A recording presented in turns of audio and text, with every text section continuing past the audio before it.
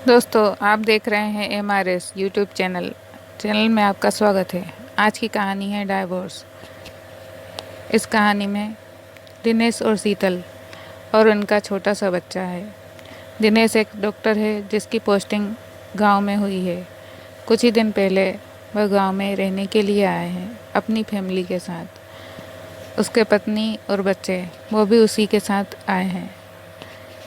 वो शहर में रहा करते थे, लेकिन उसकी पोस्टिंग गांव में होने की वजह से वो अब वहाँ अकेले क्या करते, इसलिए वह भी गांव में आ गए हैं। शीतल ने पहली पहली बार गांव देखा था, क्योंकि वो अब तक शहर में रही थी। सारा बचपन और पढ़ाई उसने शहर में ही की थी, इसलिए उसे गांव का रहन सहन बहुत अच्छा लग रहा था। शुरू शुरू में तो शीतल गांव के माहौल में बहुत खुश थी। उसे वहाँ रहना बहुत ही पसंद आ रहा था। उसका बच्चा भी वहाँ आसपास के माहौल को देखकर बहुत खुश था। बच्चा अभी छोटा ही था। शीतल और वो दोनों दिन भर इधर उधर गांव में घूमते और गांव की खूबसूरती का आनंद लेते।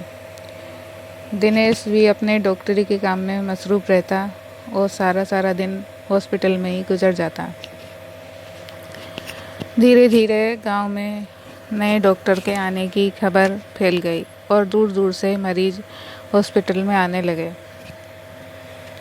अब दिनेश का काम बढ़ गया था और वह रात रात भर भी हॉस्पिटल में ही ठहरने लगा। अब शीतल धीरे धीरे परेशान रहने लगी। उसे लगने लगा कि उसे दिनेश प्यार नहीं करता। दरअसल दोनों की शादी लव मैरिज थी। उन्होंने एक दूसरे को पसंद करके ही शादी की थी। उसे ऐसा लगने लगा कि अब दिनेश बदल गया है और वो उसे प्यार नहीं करता। धीरे धीरे दोनों में आए दिन झगड़े होने लगे। दिनेश उसे खूब समझाता है, तुम्हें पता है डॉक्टर का काम कितना जिम्मेदारी का होता है। अगर उसने डॉक्टरी चुनी है तो उसे अपना काम भी ठीक से करना ही पड़ेगा। वो मरीजों को इस तरह तड़पता छोड़कर घर नहीं आ सकता। वो कहती है, और भी तो डॉक्टर हैं, सभी अपने समय पर काम करते हैं और बाद में अपने घर भी आते हैं। फैमिली भी तो ज़रूरी है। तुम पूरा पूरा दिन तो वहीं रुकते हो, रात को भी वहीं रुकने लगे। ये क्या अच्छा है? बच्चा तुम्हारा इंतज़ार करते हुए सो जाता है और तुम इतनी लेट आते हो कि उसके साथ खेल भी नहीं सकते। सुबह होते ही निकल जाते हो। इसे भी कोई डॉक्टर ही करता है भला? तुम क्या जानती हो यहाँ के लोग कितने परेशान और बीमार हैं। पहले यहाँ जो डॉक्टर था उसको तो लोगों ने यहाँ से भगा दिया, क्योंकि वो लोगों का इलाज ठीक से नहीं करता था। एक अच्छा डॉक्टर होने के नाते मुझे उनका इलाज तो करना ही पड़ेगा। वो मेरा कितना सम्मान करते हैं और तुम्हें भी तो कितना मान देते हैं। डॉक्टर की पत्नी हो, इसलिए कितनी सारी महिलाएं तुम्हारे यहाँ आती हैं और तुमसे बहुत कुछ सीखती भी हैं। हाँ, तो ये सब तो ठीक है, लेकिन तुम घर तो आ जाया करो। काम तो काम की जगह घर भी तो आना चाहिए। वो दोनों इसी विषय पर डेली झगड़ा करते हैं। धीरे धीरे दिन गुजरते गए और उनका आपस में झगड़ा बढ़ने लगा। शीतल कहने लगी, अब मैं तुम्हारे यहाँ नहीं रहूँगी। तुम्हें चलना है तो मेरे साथ शहर चलो और वहीं अपनी डॉक्टरी करना। यहाँ गांव में मैं नहीं रह सकती। दोनों बहुत झगड़े। दिनेश कहने लगा, तुम्हें अगर घूमने के लिए थोड़े बहुत दिनों के लिए जाना है तो तुम चली जाओ, लेकिन वापस आ जाना कुछ ही दिनों में। लेकिन वो कहने लगी, नहीं, मैं हमेशा के लिए वहीं रहना चाहती हूँ। दिनेश ने कहा, मैं यहाँ लोगों को इस तरह तड़पता हुआ छोड़कर नहीं जा सकता। यहाँ मेरी ज़रूरत है। तुम इतनी सी बात को इतना बड़ा क्यों बना रही हो? वो और भी ज़्यादा झगड़ा करने लगे। दिनेश का हाथ शीतल के ऊपर उठ गया। शीतल ज़ोर ज़ोर से रोने लगी। कहने लगी, अब तो मैं अपने बच्चे को लेकर अपने घर जा रही हूँ और तुम्हारी ज़िंदगी से जा रही हूँ। कभी भी लौट कर नहीं आऊँगी। ये सारा झगड़ा उनका बच्चा रोहन देख रहा था। उसने सारा झगड़ा देखा और वो दुबक कर एक कमरे में जाकर बैठ गया। अगली दिन सुबह जब शीतल तैयार हो गई अपने घर जाने के लिए, तब दिनेश हॉस्पिटल के लिए निकल चुका था। शीतल ने देखा कि दिनेश को उसकी ज़रा भी परवाह नहीं है। वो अपने बच्चे को लेने कमरे में गई, लेकिन बच्चा वहाँ नहीं था। बच्चा घर के बाहर कहीं गांव में चला गया था। उसने बच्चे को बहुत ढूंढा लेकिन वो उसे नहीं मिला। शाम हो गई, वह अपने घर नहीं जा सकी। शाम को देखा तो दिनेश के साथ उसका रोहन आ रहा था। रोहन अपने पापा के साथ बहुत खुश था। वो दोनों उंगली पकड़कर घर आ रहे थे। दिनेश जैसे ही आया, शीतल ने कहा, तो तुम बच्चे को अपने साथ ले गए थे। तुम क्या समझते हो, तुम बच्चे को अपने पास रखोगे? नहीं, मैं अपने साथ लेकर जाऊंगी। दोनों फिर से झगड़ने लगे।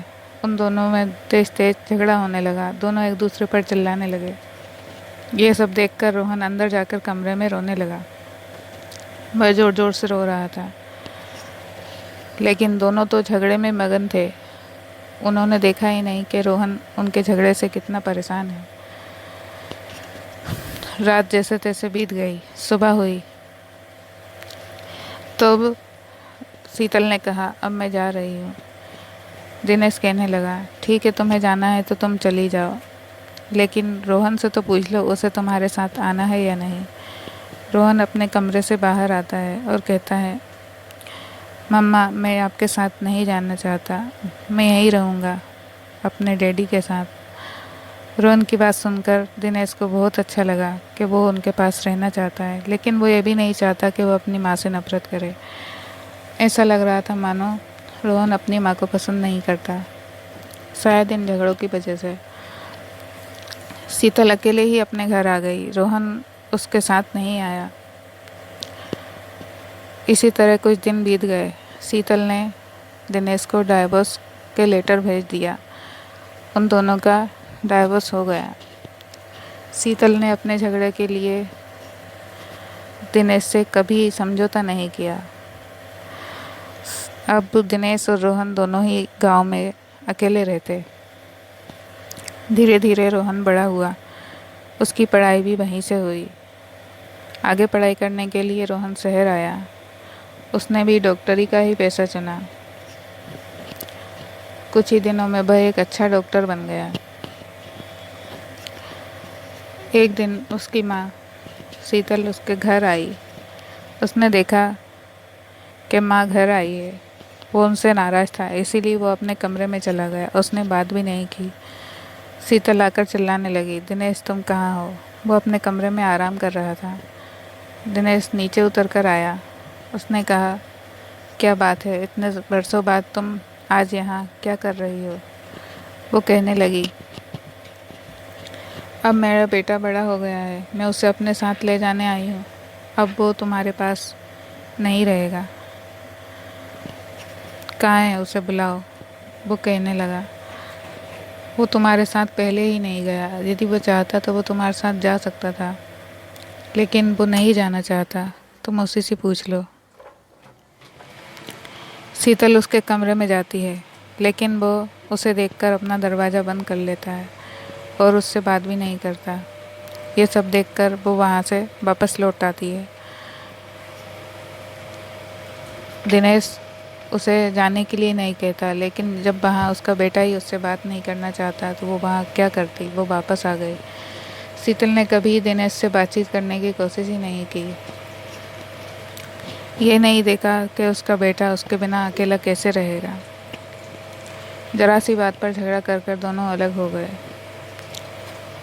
कुछ ही दिन बीते और दिनेश अपने बेटे से कहने लगा, बेटा, अब तुम बड़े हो गए हो, अब तुम्हारी शादी की उम्र हो गई है, अब तो तुम्हारा डॉक्टर भी बन गए हो, तुम्हारी शादी करने का वक्त आ गया है। यदि तुम किसी को पसंद करते हो तो बता दो, तुम्हारी शादी करवा देंगे। तो रोहन कहने लगा, नहीं पापा, मुझे अभी शादी नहीं करनी है। मैंने देखा है शादी के बाद लोग कितना झगड़ा करते हैं और वो अलग हो जाते हैं। वो कहने लगा, ऐसा नहीं है बेटा, बहुत लोग हैं जो बहुत हंसी खुशी रहते हैं, अपना सारा जीवन बिताते हैं। तुम ऐसा क्यों सोचते हो? तुम कहते हो तो मैं तुम्हारे लिए कोई लड़की देखूं, लेकिन उसने मना कर दिया। आगे की कहानी सुनने के लिए चैनल पे बने रहें। कहानी अच्छी लगी हो तो लाइक करें।